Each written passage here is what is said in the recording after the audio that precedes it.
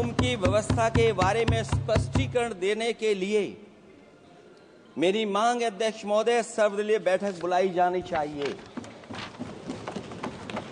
महाकुंभ आपदा प्रबंधन व खोया पाया केंद्र की जिम्मेदारी सेना को दी जाए।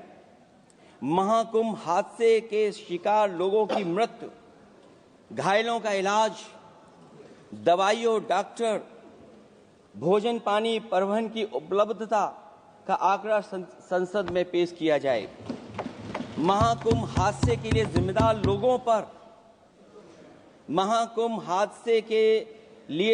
लोगों पर घोर दंडात्मक कार्रवाई हो। जिन्होंने सच छिपाया है उनको दंडित किया जाए। अध्यक्ष महोदय, हम डबल इंजन की सरकार से पूछते हैं, अगर अपराध बोध नहीं था तो आंकड़े दबाए, छिपाए और मिटाए क्यों गए हैं? सच छिपाना और मिटाना भी तो अपराध है। इसका दंड कौन भुगतेगा? अध्यक्ष महोदय, जहां इंतजाम होना चाहिए था वहां प्रचार हो रहा था। एक धार्मिक समागम में डबल इंजन का राजनीतिक प्रचार अशोभनीय है, निंदनीय है। इतने बड़े हादसे के बाद कम से कम अब तो वो होर्डिंग उतरवा देना चाहिए। अध्यक्ष महोदय, महाकुंभ की जो तैयारी हुई, जो हम लोगों ने जाना वहां पर, महाकुंभ न केवल 144 साल के लिए ये कहा गया, बल्कि ये भी कहा गया कि पहली बार धरती पर इस तरह का डिजिटल और जो आधुनिक चीजें हैं, टेक्नोलॉजी, उसका इस्तेमाल कर करके महाकुंभ होने जा रहा है। सीसीटीवी, ड्रोन, लाइव स्ट्रीमिंग के आधार पर जिनका दावा था कि वो डिजिटल कुंभ करा रहे हैं, वो मृतकों की डिजिट नहीं दे पा रहे हैं। एक तरफ तो जो लोग डिजिटल डिजिटल डिजिटल अध्यक्ष महोदय कहने को थकते नहीं हैं, लेकिन जब कुंभ में इतना बड़ा हादसा हो गया है तो यही सरकार डिजिट नहीं दे पा रही है। हमारे अपने लोग मारे गए हैं, जिसमें परिवार का हर रिश्ता दिवंगत हुआ है। किसी की माता, किसी के पिता, किसी की बहू, किसी की बेटी, किसी का भाई बहन, चाचा चाची, बच्चों के आंकड़े तो अभी तक नदारद हैं। खोया पाया केंद्र ही लोगों को तो नहीं मिल रहा है। जो खोया पाया केंद्र था उसको भी लोग पा नहीं पा रहे, ढूंढ नहीं पा रहे। अध्यक्ष महोदय, कुंभ कोई पहली बार नहीं हो रहा है। कुंभ का आयोजन सदियों से होता आया है। हमारे पौराणिक और हमारे इतिहास के दस्तावेज ये बताते हैं कि समय समय पे जो भी सरकारें रही होंगी, जिसका भी राज रहा होगा अध्यक्ष महोदय, उसने महाकुंभ या इस तरह के कुंभ का आयोजन किया है। एक तरफ तो वो कि जो 144 साल बाद महाकुंभ होने जा रहा है, उसका इतना प्रचार किया। और मैंने तो कई टीवी इंटरव्यूज में, कई समाचार चैनलों पर ये बात सुनने में आई और सुनते रहे हम लोग कि सरकार ने 100 करोड़ लोगों के आने का इंतजाम किया है। और अगर 100 करोड़, अध्यक्ष महोदय, अगर ये बात गलत है तो मैं रिजाइन आपको देना चाहता हूं। अगर अध्यक्ष महोदय, ये माननीय सदस्य लोग अगर ये नहीं सुन पा रहे हैं तो मैं इनको एक एक को, आप नहीं गए स्नान करने, आप स्नान करने नहीं गए, इसीलिए इस तरह की भाषा का इस्तेमाल कर रहे हैं। अध्यक्ष महोदय, ये कहा गया कि 144 वर्ष के बाद ये हो रहा है। जहां तक मेरी समझ और जानकारी कहती है, जो एस्ट्रोनॉमी और एस्ट्रो चीजों को समझते होंगे वो ये स्वीकार करते होंगे, जो भी कुंभ होता होगा वो 144 वर्ष के बाद ही होता होगा। लेकिन ये कहा गया कि नक्षत्र ऐसे हैं, तो मैं अध्यक्ष महोदय सरकार से कहना चाहता हूं कि सतयुग से लेकर के कलयुग तक ये सनातन परंपरा रही है कि संत महात्मा साधु समाज मुहूर्त के हिसाब से शाही स्नान करते हैं। उसमें नक्षत्रों के हिसाब से जो सहयोग बनता है वही शाही स्नान का मुहूर्त होता है। लेकिन भाजपा के राज में ये सनातन परंपरा टूट गई। पहले सरकार ने संत समाज को शाही स्नान रद्द करने का आदेश दिया, जिससे अनादिकाल की सनातन परंपरा टूटी। और फिर जब देश भर में ये बात उठी, तो उन्होंने हादसे को छिपाकर फिर से आदेश दिया कि अखाड़े शाही स्नान करने जाएं। इससे सरकार ने पावन मुहूर्त के स्थान पर अपने मनमाने समय पर स्नान कराने का आदेश दिया। बात उस दिन या तिथि की नहीं होती है, बल्कि निश्चित मुहूर्त काल की होती है। ये सनातन परंपरा तोड़कर इन लोगों ने अच्छा नहीं किया। और ये क्या परंपरा टूटी है कि नहीं टूटी है, मैं समझता हूं अध्यक्ष महोदय मुझसे बेहतर सामने वाले ज्यादा जानते होंगे इसके बारे में। और जो लोग अध्यक्ष महोदय जो हम लोगों ने देखा, वहां पर लोग पुण्य कमाने आए थे और अपनों के शव लेकर के गए हैं। चमत्कारी करिश्मा तो ये हुआ है, श्रद्धालुओं के शव मिल गए थे, पर सरकार स्नान करने वाले मरने वालों की बात स्वीकार नहीं कर रही थी। और इससे ऊपर ये बात जो वहां पर और हुई, अध्यक्ष महोदय, जब ये जानकारी हो गई कि कुछ लोगों की जान चली गई, लाशें हैं जो मोर्चरी में पड़ी हैं, अस्पताल में पड़ी हैं, उसके बाद सोचिए सरकार क्या कर रही है। अपने सरकारी हेलीकॉप्टर में फूल भर करके फूलों को डालने का काम किया। सोचिए, ये हमारी कहां की सनातनी परंपरा है। मैं जानना चाहूंगा सदन के माध्यम से हमारे माननीय सदस्य बताएं कि जहां लाशें पड़ी रही हों, न जाने कितनी चप्पलें पड़ी थीं, न जाने कितने कपड़े पड़े थे, महिलाओं की साड़ियां थी, कपड़े थे, लेकिन उनको कैसे उठाया गया? उन सबको उठाया गया जेसीबी मशीन से, ट्रैक्टर की ट्रॉली से। उनसे उठा करके कहां फेंका कोई नहीं जानता, लेकिन जब उनको लगा कि वहां से बदबू आ रही है, तो यही सरकार के लोग छिपाने लगे हैं। यही आपका महाकुंभ का आयोजन था। और हर बात को छिपाने के लिए न केवल ये लोग मीडिया का सहारा ले रहे हैं, मीडिया का सहारा लेते लेते सुनने में आया है कुछ दबाव और कुछ स्वीटनर भी दिए जा रहे हैं जिससे उनकी खबरें बाहर ना आ जाएं। और अगर अध्यक्ष मोदी ये बात सब गलत है मेरी, अगर ये बात सब गलत मैं कह रहा हूं, तो अभी तो नेता सदन को अभी भाषण देना है। और मैं ये बात और कहना चाहता हूं, आप अपनी तरफ से जानकारी कर लीजिएगा। हमारे उत्तर प्रदेश के मुख्यमंत्री जी ने शोक नहीं प्रकट किया था। जब देश की राष्ट्रपति और प्रधानमंत्री जी ने शोक प्रकट किया, उसके बाद 17 घंटे बाद सरकार ने स्वीकार किया। अध्यक्ष मोदी, ये वो लोग हैं जो आज भी कोई सच्चाई स्वीकार नहीं कर सकते। इनका रास्ता क्या है मैं नहीं जानता हूं, कहां ले जाना चाहते हैं। लेकिन जब अध्यक्ष महोदय मैंने अभिभाषण पढ़ा है राष्ट्रपति महोदया का, तो वही पुरानी बातें कि 12 करोड़ शौचालय बन गए हैं, 10 करोड़ गैस कनेक्शन हो गए हैं, 80 करोड़ लोगों को राशन दिया जा रहा है, 25 करोड़ लोगों को मिडिल क्लास में शामिल कर दिया गया, न्यू मिडिल क्लास में शामिल कर दिया गया। 80 और 85 को अगर हम जोड़ दें अध्यक्ष महोदय 105 करोड़ हो गए। बच्चों को और जोड़ दें तो सरकार अध्यक्ष महोदय किसके लिए काम कर रही है? किसके लिए काम कर रही है?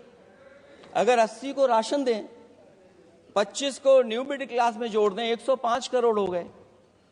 और जो बाकी बचे हैं हमारे देश की आबादी, जिसको 140 करोड़ बता रहे हैं, उसमें कम से कम बच्चे कुछ तो संख्या होगी, आधी आबादी की संख्या होगी। अगर उसको हम बाहर निकालें तो आगे आज सरकार किसके लिए काम कर रही है? वही बात पुरानी सुनने को मिलती है कि राष्ट्रीय मिलिट्री स्कूल बन गए हैं। राष्ट्रीय मिलिट्री स्कूल जिनमें बालिकाओं की भर्ती शुरू हो गई है। अध्यक्ष महोदय, ये एक बता दें जो नया इन्होंने 10 साल के अंदर राष्ट्रीय मिलिट्री स्कूल खोला हो। और कंफ्यूज मत होना, राष्ट्रीय मिलिट्री स्कूल कौन से होते हैं, सैनिक स्कूल कौन से होते हैं, ये कंफ्यूज मत होना। 10 साल में सोचिए अध्यक्ष महोदय, एक भी नया राष्ट्रीय मिलिट्री स्कूल नहीं खोला है। अगर खोला हो तो सरकार जरूर बताए। जो लोग कहते हैं हम ईज ऑफ डूइंग रिसर्च कर रहे हैं, अध्यक्ष महोदय, इनकी ईज ऑफ डूइंग रिसर्च हमने देखी है। इनकी ईज ऑफ डूइंग रिसर्च अपनी इमेज चमकाने के लिए और दूसरे की इमेज बर्बाद करने के लिए ईज ऑफ डूइंग रिसर्च चल रही है। ईज ऑफ डूइंग बिजनेस, मैं देखता हूं जहां कहीं भी इन्वेस्टमेंट मीट होती है, देश के सभी मंत्री वहां पहुंच जाते हैं, सरकार के मुखिया भी जाते हैं वहां। मुझे याद है उत्तर प्रदेश में सबसे बड़ा आयोजन हुआ था इन्वेस्टमेंट मीट का। न केवल इन्वेस्टमेंट मीट इन्वेस्टर्स को बुलाया गया था, बल्कि डिफेंस एक्सपो के भी कार्यक्रम कई हुए थे। और अध्यक्ष महोदय, भरोसा ये दिलाया गया था कि जो एमओयू हो रहे हैं 40 लाख करोड़ के, उसको जमीन पर उतार लिया जाएगा। मैं इन्हीं डबल इंजन की सरकार से जानना चाहता हूं कि जो 40 लाख करोड़ के एमओयू हुए, उसमें कितना जमीन पर यह सरकार उतार पाई है। कहीं ऐसा तो नहीं है कि सरकार के डबल इंजन आपस में ही टकरा रहे हों। अब तो जो खबरें हम लोग पढ़ते हैं, न केवल इंजन टकरा रहे हैं अध्यक्ष महोदय, अब तो डब्बे भी टकराने लगे हैं। सुना है क्योंकि दिल्ली में चुनाव है, आप इंजीनियर की डब्बा हैं। ये हमारे पुराने माननीय सदस्य हैं, आप हम एक हैं, बस जगह अलग बदल गई। जिस विभाग के मंत्री हैं वो हमारा ही काम है, आप लोग अच्छा नहीं कर रहे हैं। अध्यक्ष महोदय, दिल्ली का चुनाव है तो मैंने राष्ट्रपति जी के अभिभाषण में सुना कि यहां पर मेट्रो की जो दूरी है वो दुगनी कर दी गई है, पटरी दुगनी कर दी गई है, एक्सपेंशन हो गया है इतना। अध्यक्ष महोदय, मैं स्वीकार करता हूं दिल्ली का चुनाव है, एक्सपेंशन की बात करेंगे, लेकिन कभी आपने क्यूटो का नाम सुना है? आपने वेनिस का नाम सुना है?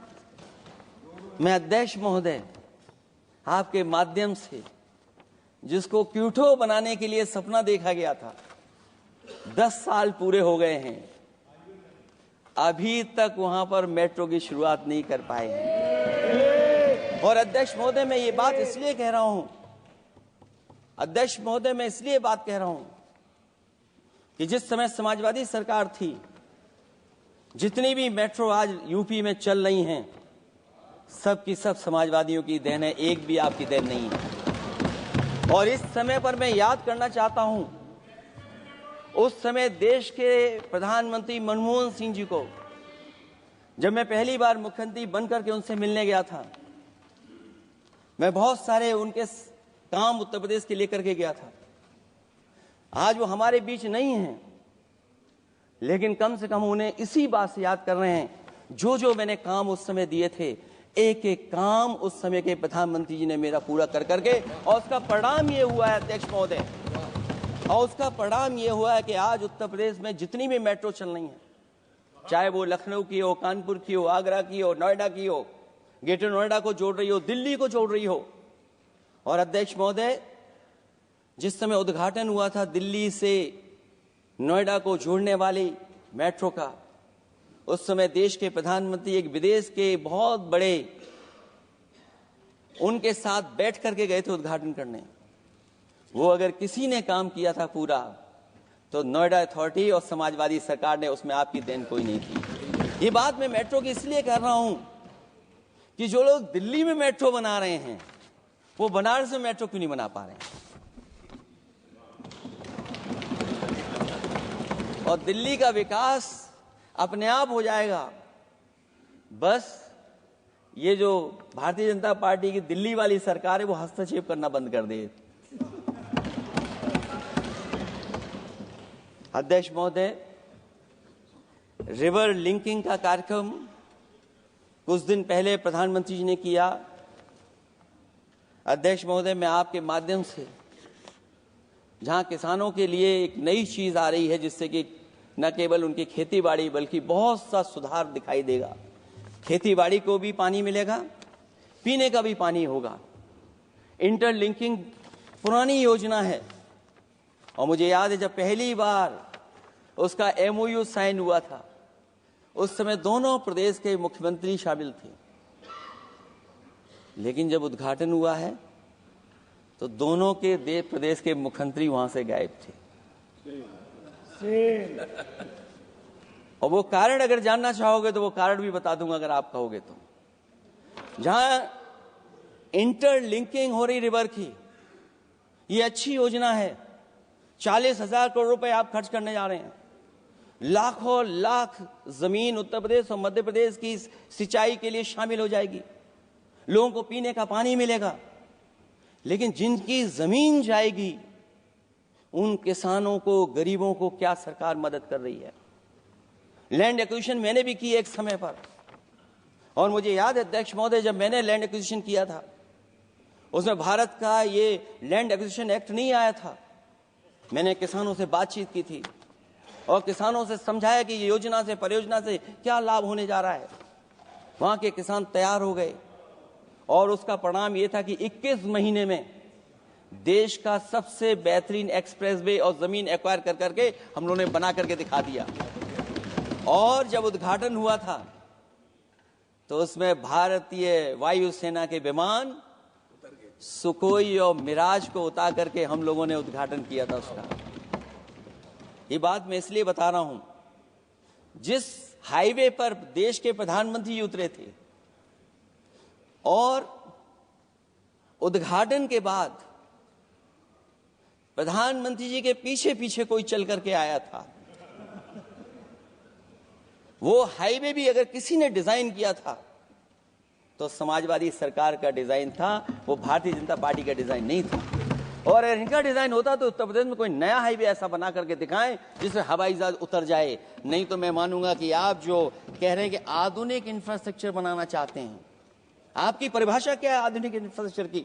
और ये बात में जो इतनी घुमा फिरा के कह रहा हूं वो बात में लौट करके उसी पे जा रहा हूं। अध्यक्ष महोदय, अगर 40,000 करोड़ की योजना बनी है रिवर इंटरलिंकिंग की, तो जिन किसानों की, जिन गरीबों की जमीन जा रही है उन किसानों को आप सही तरीके से मुआवजा, मदद उनकी क्यों नहीं कर रहे हो आप? अध्यक्ष महोदय, मैं इस अभिभाषण के माध्यम से जब सदन में जवाब आए तो उन किसानों की मदद होनी चाहिए। वो किसानों के पास कुछ नहीं है। उसके बाद आपका जो पैकेज है, आपका पैकेज पता नहीं क्यों कंजूस बनाता है कोई, आपका पैकेज कंजूस बनाता है कोई। कम से कम आपका दिल बड़ा होना चाहिए और इतना बड़ा दिल हो कि किसान खुशहाली के रास्ते बजाए। आपने किसानों की आय दोगुनी नहीं की, आप आय दोगुनी नहीं कर पाए हैं। कम से कम उन्हें वो मदद करने का काम करें। इसमें अध्यक्ष महोदय, मैं राष्ट्रपति जी के अभिभाषण पर पढ़ रहा था कि सोलर को लेकर के और रूफटॉप सोलर एनर्जी को, स्कीम को लेकर के बहुत बड़ी योजना और कई हजार करोड़ रुपए सरकार खर्च कर रही है। मुझे याद है जब देश के राष्ट्रपति कलाम साहब थे, उन्होंने एक प्रेजेंटेशन किया था सरकार के सामने, और प्रेजेंटेशन के बाद मैंने उनसे निवेदन किया कि अगर ये योजना मैं कर दूं तो आप क्या उद्घाटन करने आएंगे? उन्होंने कहा कि अगर ये आप कार्य योजना लागू कर देंगे तो उद्घाटन करने भी मैं आऊंगा। अध्यक्ष महोदय, उस दिन आंधी तूफान था, टेंट बिल्कुल उड़ गया था। इतना शायद पानी और बिजली का चमकना इतना था कि मैंने खुद रिक्वेस्ट की थी उनसे कि आप मत आइए, फिर कभी हम लोग कार्यक्रम कर लेंगे। लेकिन वो कार्यक्रम में आए, उन्होंने उद्घाटन किया और अध्यक्ष महोदय, जो लोग कह रहे हैं 40,000 करोड़ की रूफटॉप स्कीम लाए सोलर की, जो मिनी ग्रिड बना करके पूरे के पूरे गांव को हम लोगों ने फ्री बिजली दी थी। फ्री बिजली उनको मिलती थी 24 घंटे, उनकी चक्की चलती थी, उनका सिंचाई का पानी का इंतजाम होता था। जब तक समाजवादी सरकार रही तब तक वो योजना चलती रही, और जैसे ही समाजवादी सरकार गई, इन्हीं के लोगों ने उसका मेंटेनेंस रोक दिया। न केवल उस गांव का जिसका राष्ट्रपति रहे उन्होंने उद्घाटन किया, बल्कि और जितनी भी सोलर की स्कीम चल रही थी, लोहिया आवास में जहां सोलर स्कीम के माध्यम से हम लोग गरीब को सोलर पैनल के माध्यम से उनको बिजली दे रहे थे, फ्री बिजली, उन सब योजनाओं को इन्होंने बंद करने का काम किया है। सोचिए, ये वो लोग हैं जो इंफ्रास्ट्रक्चर बनाना चाहते हैं। अध्यक्ष महोदय, चीन के सवाल को लेकर के कांग्रेस पार्टी के भी कुछ विचार हैं, हमारे भारतीय जनता पार्टी के लोगों के भी विचार हैं। सच्चाई ये सदन और ये देश भी जानता है, एक समय पर हम लोगों ने बहुत लाखों लाख किलोमीटर की जमीन, लाखों लाख एकड़ की जमीन हम लोगों ने खोई, और अब उसी रास्ते पर भारतीय जनता पार्टी चल रही है। अध्यक्ष महोदय, सवाल यह है, जमीन खोने के साथ साथ भारतीय जनता पार्टी स्वीकार नहीं कर रही है कि जमीन चीन ने कब्जा की है। और ये बात अगर हम लोग कह रहे हैं तो जो अखबारों में खबरें निकलती हैं, टीवी पे कभी कभी खबरें आती हैं, अध्यक्ष महोदय सरकार को कहिए कि ऐसे चैनल, ऐसे अखबारों पे एफआईआर लिखा कर उन्हें जेल भेज दो, क्योंकि कुंभ की जो खबर चलाना चाहते थे, कुंभ की जो खबर देना चाहते थे, उन कुछ साथियों पे आपने एफआईआर लिखा दी है। अगर कुंभ पर सच्ची खबर दिखाने वालों पे आप एफआईआर लिखा सकते हैं, तो फिर चीन की खबर, जो खबर चला रहे हैं, उस पर भी आपको एफआईआर लिखानी चाहिए। दूसरा, हमारा एक जाति जनगणना का मसला बहुत पुराना है, ये कोई नया नहीं है। आरक्षण के सवाल पर इस देश में दक्षिण भारत से लेकर के उत्तर भारत में और देश में जगह जगह पर बहुत सारे नेता ऐसे रहे जो आज हमारे बीच नहीं हैं, जिनकी वजह से हम आज उस आंदोलन को आगे ले जा रहे हैं। बाबा साहब भीमराव अम्बेडकर जी का जो संविधान है, उसके तहत जो हमें हक अधिकार मिले हैं, आरक्षण की व्यवस्था है, उस व्यवस्था को और मजबूत बनाने के लिए जाति जनगणना होना चाहिए। उसके पक्ष में अब तो कांग्रेस पार्टी भी है। एक समय था जब कांग्रेस पार्टी उस पक्ष में नहीं थी, और अध्यक्ष महोदय, मैं बड़ी जिम्मेदारी के साथ कहना चाहता हूं, अगर उसी समय कांग्रेस पार्टी भी पक्ष में होती तो आज हमें आपके सामने खड़ा नहीं होना पता, मांगना नहीं पड़ता जाति जनगणना। लेकिन अध्यक्ष महोदय, मैं अपने कांग्रेस पार्टी के साथियों से भी कहना चाहूंगा, अध्यक्ष महोदय, मैं कांग्रेस पार्टी के साथियों से भी कहना चाहता हूं, हम आपके साथी हैं, और इस मुद्दे पे तो हम आपके साथ और आपके आगे भी चल करके आपका साथ दे देंगे। अब जाति जनगणना को कोई नहीं रोक सकता है। एक दिन ऐसा आएगा अध्यक्ष महोदय, एक दिन ऐसा आएगा, कोई टकरार नहीं है, आपके इंजन जैसे नहीं है, आपका एक इंजन। अध्यक्ष महोदय, ये अध्यक्ष महोदय, हम तो, मुझे कभी कभी ये लगता है कि प्रधानमंत्री जी जितना अपने लोगों को ध्यान दे करके समझाते हैं, इतना ये समझते ही नहीं है। वो अध्यक्ष महोदय, वो सबसे ज्यादा सोशल मीडिया के बारे में जानकारी रखते हैं। आप भी जानकारी रखा करो। अगर आप जानकारी रखोगे तो आपको सच्चाई पता लग जाएगी। एक इंजन ने नमस्कार नहीं किया था दूसरे इंजन को, अगर याद हो तो पता कर लें। और ये बात अगर छिपी हुई हो, ऑनरेबल मेंबर, अध्यक्ष महोदय, अभी तो मैंने शुरू नहीं किया, मेरा लिखा हुआ बहुत लंबा है। कंक्लूड करें, आप समाप्त करें प्लीज।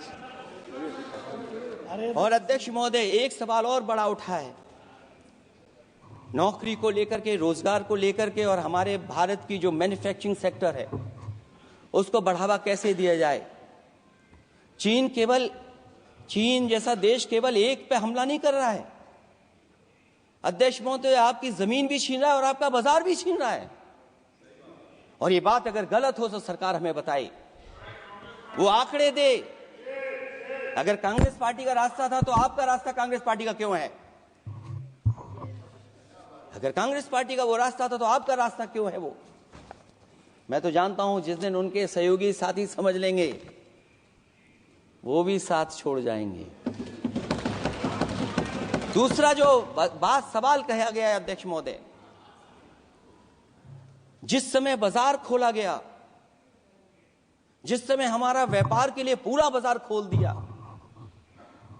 हमसे ज्यादा वित्त को समझने वाले इकोनॉमिस्ट और बहुत सारे जानकार लोग वो मुझसे बेहतर समझते होंगे, लेकिन मैं ये बात समझता हूं कि जिस समय बाजार खोला गया उस समय ध्यान उतना हमारे देश की अर्थव्यवस्था पर नहीं रखा गया।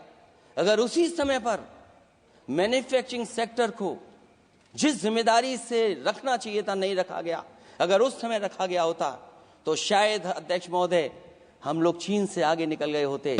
आज चीन आ गए, हम लोग पीछे हैं। क्या आप इनको ज्ञान दे रहे हो क्या? अध्यक्ष महोदय अपना रास्ता तो वही है, साइकिल वाला।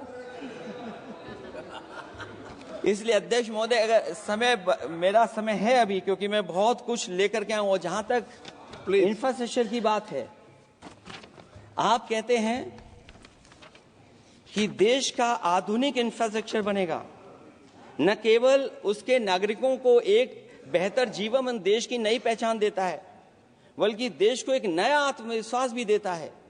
अरे अगर ये बात सच है तो अध्यक्ष महोदय मैं वो बात कहना चाहता हूं कि 2022 के चुनाव से पहले एक बुंदेलखंड एक्सप्रेसवे बनाया गया था और जिसकी तैयारी को लेकर के देश के प्रधानमंत्री जी गए थे। कितनी सजावट हुई थी, कितनी तैयारी हुई थी। जो हमारे बुंदेलखंड के साथी माननीय सदस्य चलते होंगे बुंदेलखंड के एक्सप्रेसवे पर, वो जानते होंगे प्रधानमंत्री जी उद्घाटन करके गए, पानी बरस गया, बुंदेलखंड बह गया, एक्सप्रेसवे बह गया। और सोचिए अध्यक्ष महोदय कब उद्घाटन किया था आपने? 22 में, और आज भी मेंटेनेंस चल रहा है उसमें। 22 के बाद से आज तक भी मेंटेनेंस चल रहा है। और कहीं अगर आपने जो गाड़ियां बाजार में ला दी हैं, जो बाजार में आजकल अध्यक्ष महोदय जो गाड़ियां आ गई हैं, अगर वो कहीं अपनी रफ्तार से चलेंगी तो या तो पेट दर्द होगा या कमर का दर्द होगा, दोनों में से एक के लिए तो इलाज जाना ही पड़ेगा। और वो कितने हजार करोड़ का बना? 14,000 करोड़ का। इसी तरह गोरखपुर लिंक एक्सप्रेसवे यूपी में 91 किलोमीटर, जो हमारे रोड की जानकारी रखते होंगे, एनएचआई की जानकारी रखते होंगे, वो जानते होंगे कि गोरखपुर लिंक जो 2022 में शुरू हो जाना चाहिए था, वो अभी तक शुरू नहीं हो पाया। वो 91 किलोमीटर का 7,283 करोड़ का बन रहा है। जो पूर्वांचल एक्सप्रेसवे कभी समाजवादी सरकार ने उसको डिजाइन किया, उसको सब कुछ आगे बढ़ाया, वो 340 किलोमीटर का 22,000 करोड़ के लगभग का बना है। लेकिन जहां तक मैं बना करके छोड़ गया वहां से आगे नहीं बढ़ा। और अगर वो बढ़ गया होता तो बिहार और बंगाल के लोगों के लिए बहुत रास्ता आसान हो जाता। इसी तरह एक गंगा एक्सप्रेसवे बन रहा है, जिसके बारे में सरकार ने ये कहा कि हम कुंभ से पहले शुरू कर देंगे, कुंभ से पहले गंगा एक्सप्रेसवे शुरू हो जाएगा। अध्यक्ष महोदय वो नहीं शुरू हो पाया। मुझे लगता है जिस रफ्तार से वो काम हो रहा है, अगला जब अर्ध कुंभ आएगा तब तक ही बन पाएगा वो। ये बातें मैं इसलिए बोल रहा हूं अध्यक्ष महोदय, क्योंकि यूपी को, बिहार को दे दिया, हमें कोई तकलीफ नहीं है। बिहार भी तरक्की करे, हम भी साथ देंगे बिहार का, कोई तकलीफ नहीं है। लेकिन यूपी में अगर कोई भी एक भारत सरकार के एनएचआई का एक्सप्रेसवे आया हो तो बता दे। एक भी कोई एक्सप्रेसवे दिया हो तब, जब देश के प्रधानमंत्री को 2 बार और नहीं तीसरी बार भी मौका दिया उत्तर प्रदेश ने। मैं अध्यक्ष महोदय आपका इशारा समझ रहा हूं। बाकी अध्यक्ष महोदय भाषण में अब बजट पे पढ़ दूंगा, मेरा बाकी भाषण बजट में होगा। मैं अपना भाषण खत्म करते हुए केवल इतना कहना चाहता हूं, मैं जो मेरे सुझाव आए हैं उन सुझावों को शामिल करे सरकार, और केवल प्रचार में न रहे सरकार। अध्यक्ष महोदय, मैं अपनी बात खत्म करने से पहले जो राष्ट्रपति जी ने कहा है, मैं भी सहमत हूं उससे। मैं उनकी सब लाइनें पढ़ना चाहता हूं। जो राष्ट्रपति महोदया जी ने कहा है, मैं उससे सहमत हूं। हमारा हिंदुस्तान 140 करोड़ आबादी वाला देश है।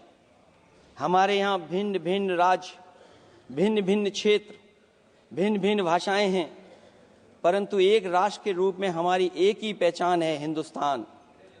और हमारा एक ही संकल्प है, एक ही लक्ष्य है, विकसित हिंदुस्तान। आने वाले वर्षों में देश को विकसित राष्ट्र बनाने के लिए हम सभी दृढ़ संकल्पित हैं। इस संकल्प में देश के शहीदों की प्रेरणाएं हैं, पूज्य बापू के मानवीय आदर्श हैं और सरदार पटेल जैसी मां भारती की संतान द्वारा हमें दिलाई गई एकता की शपथ है। हमें इन प्रेरणाओं को आगे रखते हुए एकता के इस समर्थ विकसित हिंदुस्तान के संकल्प को पूर्ण करना है। आइए हम एक बार फिर एकता के संकल्प को दोहराएं और हिंदुस्तान के सपनों को पूरा करने के लिए कटिबद्ध हों। जब हम साथ मिलकर बढ़ेंगे तो हमारी भावी पीढ़ियां 2047 में अवश्य विकसित, सशक्त, समर्थ, समृद्ध, सोशलिस्ट, सेकुलर, डेमोक्रेटिक हिंदुस्तान देखेगी। मैं इतनी ही बात कहते हुआ, क्योंकि 10 बजट आपने पेश किए हैं, वो आप समझ गए होंगे, आप समझ गए बात को जो मैं कह रहा हूं। अध्यक्ष महोदय, जो बात मैं कह रहा हूं वो बात वहां तक पहुंच गई है। उनके चेहरे बता रहे हैं कि बात वो पहुंच गई है। और मैं अपने अंत में बस यही कहूंगा, क्योंकि 10 बजट के बाद ये अभिभाषण सुन रहे हैं हम लोग, 11वां बजट आ गया है। बजट हो ऐसा जिसमें सबके लिए उम्मीदें हों, समृद्धि की दिवाली और खुशियों की ईद हो। बहुत बहुत धन्यवाद अध्यक्ष महोदय, मैं आपका धन्यवाद देता हूं और सभी माननीय सदस्यों का जिन्होंने सुनने का काम किया। बहुत धन्यवाद। श्री सौगत राय जी।